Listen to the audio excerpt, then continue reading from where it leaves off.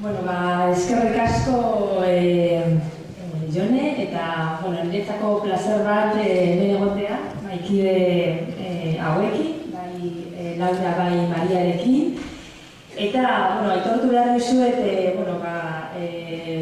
postekoa da gela bete-betea ikustea, baina ere bai, beti posatzen du, alde batetik, euskaraz egingo dut, eta normalean ez naiz, bai? Ez dute euskaraz egingo, orduan, erronka bezala hartuko du, baina ere bai, postez.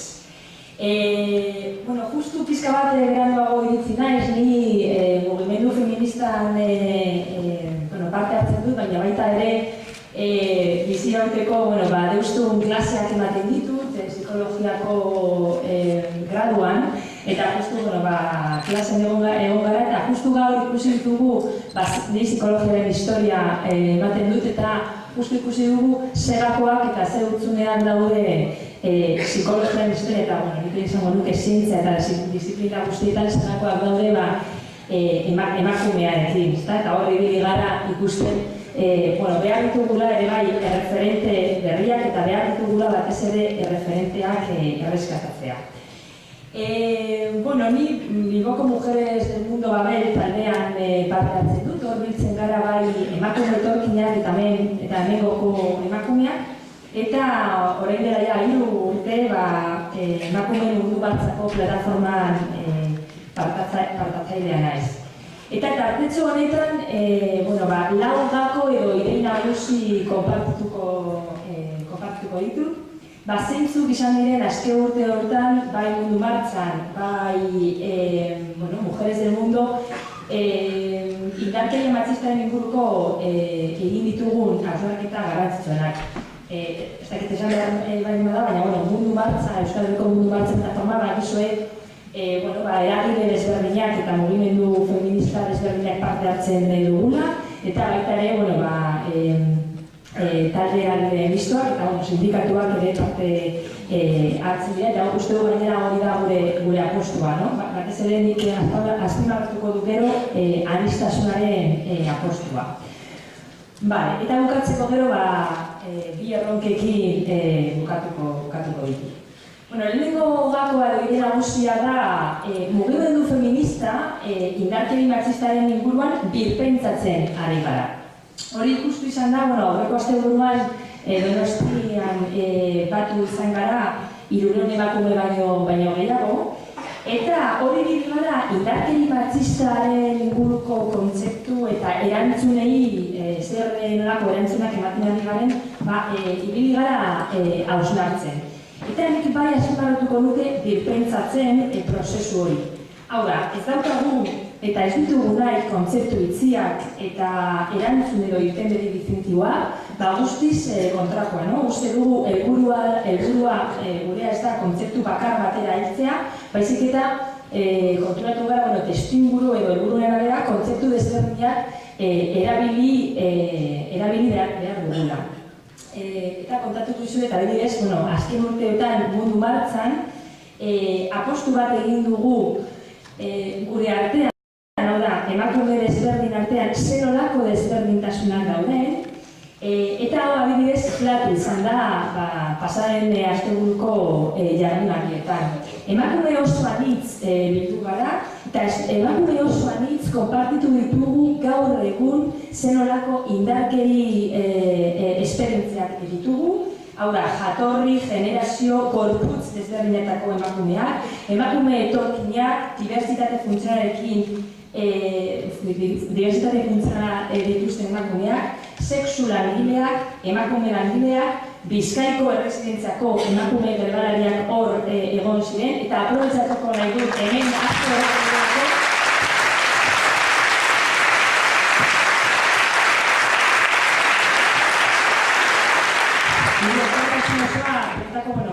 Haien borroka konpartitu zuten eta elkartasun osoa. Aniztasun horretan, mundu martxan konturatu gara, indarkeri matxista gure gorputzetan oso desberdin ezaugartzen dela. Indarkeri matxista eskagoten dugunean, violentzia sistema asko daude, hori Laura aipatu du. Horregatik, orain dela urte batzuk indarkerian kontzeptua zabaldu genuen, eta hasi ginen hitz egiten indarkeri transistemikoak. Oso kontzeptu potoloa da, baina oso erraza da. Hau da, indarkeri matxista sistemikoa da, eta dimentsio ugari ditu. Eta salbakuntza sistema desberdina horiek ez daude airean, baizik eta gure gorputzetan adierazten dira.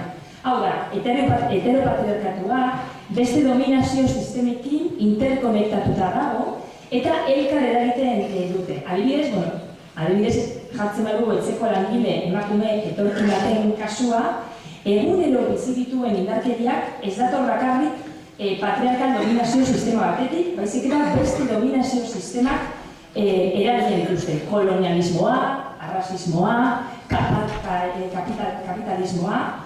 Orduan, indarkeri modalitate desberdi guzti hori boterearekin erlazionatuta dago. Hau da, dominazio sistema guztiek indarkeria behar dute bizirauteko. Hemen, azpimarratu gauza bat gazteleraz, bai? La violencia machista, como todas las modalidades de violencia, están relacionadas con el poder. Grupos que tienen una posición de poder sobre otros grupos necesitan de la violencia para que su poder se siga reproduciendo. Horregatik guretzako garrantzitsua izan da indarkeriaren dimentsio desberdinak identifikatzea, hau da, izendatzea. Ze hori ere bai indarkeria dela esatea. Bigarren ideia. Gaur egun indarkeri matxistaren inguru kontzientzia sozial zan izategu gehiago dagoela, hau da, bizibilizazio handiago du, eta hau, postekoa da eta ezin daukatu.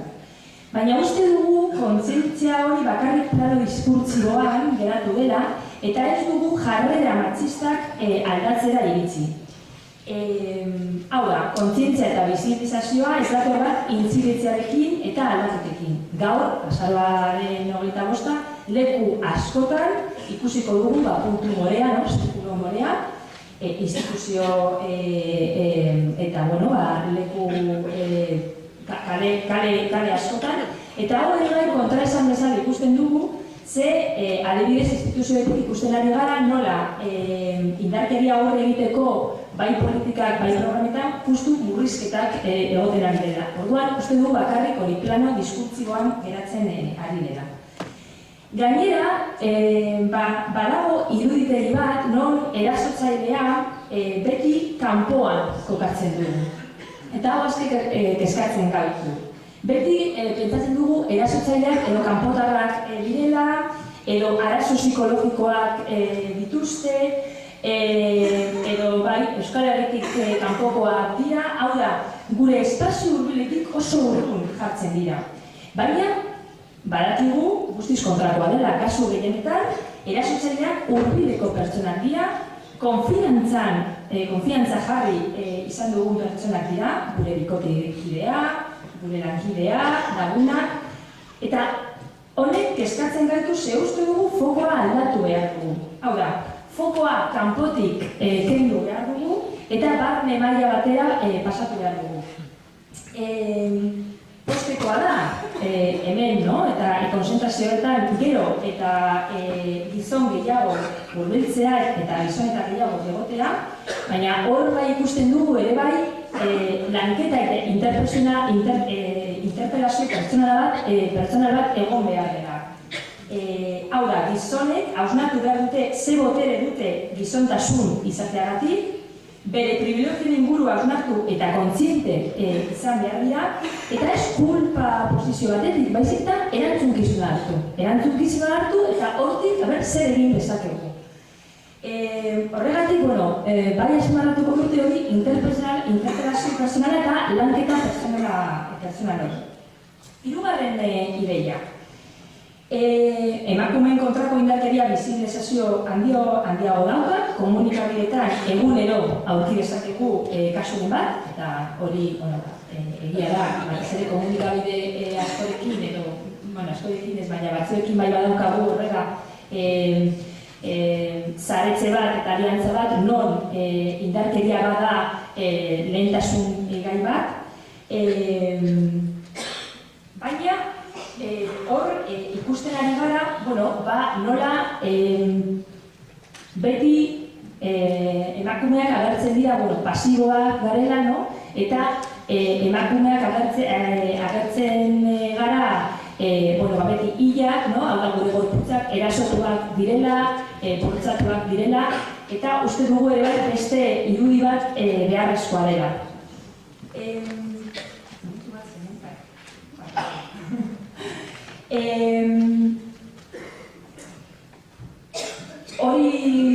Iruditegi hori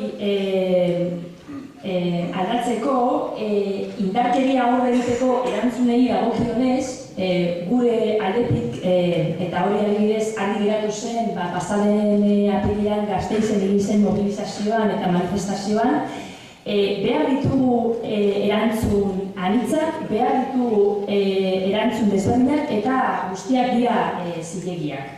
Eta hor bai azpimarratuko nuke autodefentsa feminista, bada mugimendu feministaren urteko aldarrikapena eta martxan jarri duen estrategia bat, eta garrantzitsua da esatea autodefentsa feminista bada ahalduntzen prozesu bat. Emakumeak beldurrean hezituak izan gara, beldurra kontrol mekanismo bezala erabilia izan da, eta hau ikusten dugu txikitatik jasotzen ditugun mezuak olakoak dira, ez? Ez ibiltzeko toki batzuetatik, kontuz ibili, ez ikustea gure burua eraso baten aurrean defendatzeko gai garela, hau da, beldurra guztiz barneratuta dugu.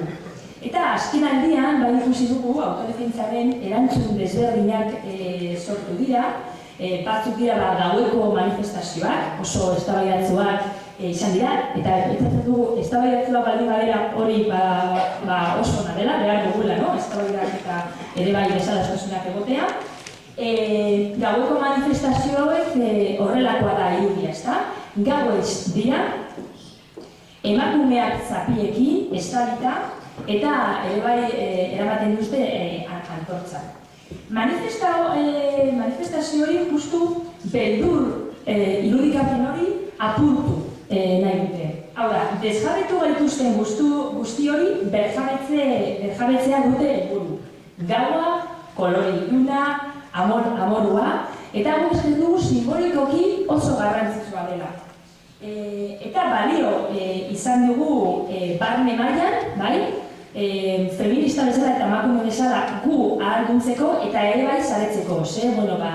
Egia da, batez ere jaietan eta Euskal Herriko hasi zen Iruñan, baina hedatu da eta leku askotan ikusten ari gara manifestazio hauek. Laugarren gakoa baliantzak izango dira. Elkarlana ezinbestekoa da, ni igual tesi bat egin dudanako artikulazioaren inguru, baina uste dut artikulazioa da bide bakarra, bai mugimendu feministaren barruan oso anitzak gara, eta gu ere bai batzuetan mugimendu feministak ez ditugu indarkeri asko, indarkeri guztiak bizibilizatu, eta ere bai hor interpelazioa behar dugu, eta bai behar dugu aliantzak eragile sozial ezberdinekin. Hor uste dut, adibide asko ditugu, jai batzordekin egiten ari diren aliantzak, auzo komisioetan, instituzioekin, horre adibidez indarkeriaren protokoloak egiterakoan, Iruneko indarkeriaren protokoloa dugu adibidez. Eta nire ustez bidea hori da, artikulazioa, aliantzak egitea, eta ez dakit horre esan duele, baina bai definitzea bakoitzaren zerren papera, eta bai jakitea guk feministok izan behar dugula zer den indarkeria eta zer ez den. Eta, bukatzeko bi erronka, mugimendu feminista ditugun erronka asko, baina bi esango ditut. Bata da, nik uste dut indar eta lan handia egin dugula espazio publikoetan, jaiak, gauak, baina ez dugu hainbeste lan egin espazio intimoetan.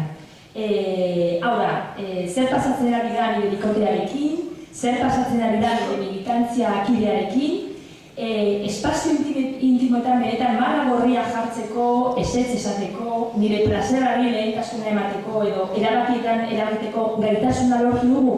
Nik uste dut horretan lana daukagula. Eta bigarren gauza, eta jardunaldeetan atera izan zena, izazen emakumeak ez gara bakarrik biktimak, supervivienteak ere bagara, bizi esperientzia latzetatik bizirik atera gara, eta iruditegi hori, agian ni hori irakaslean izanako, baina bai keskatzen dago, iruditegi berriak behar dituguela, superviviente irudia aldarraketu eta zabaldu behar dugu, superviviente esperientziak eta errelatoak behar ditugu, narratiba berriak, eta nola Ana Murcia, jardunaldeetan parte hartu izan zuen, eta berak esaten duen bezala, espazioak ireki behar dira bizirik irten diren emakumeentzat. Hau da, batek, bikotikeriaren bortza jasan badu, besteak agian arrazismoa, besteak lesbofobia, talde espazio horiek ireki eta sortu behar ditugu, bizipen hori guztiak eta estrategiak partekatzeko, eta lehen esan dugu bezala irudi berriak eta batez ere errelato berriak sortzeko. Eta bakarrik bukatzeko, bakarrik gaur ez pentsatzea edo gaur bakarrik benetan puntu lila hori ez geratzea bakarrik gaur, baizik eta nik uste dut eguneroko lana dela, eta martxan jarraituko dugu denok aske izan arte.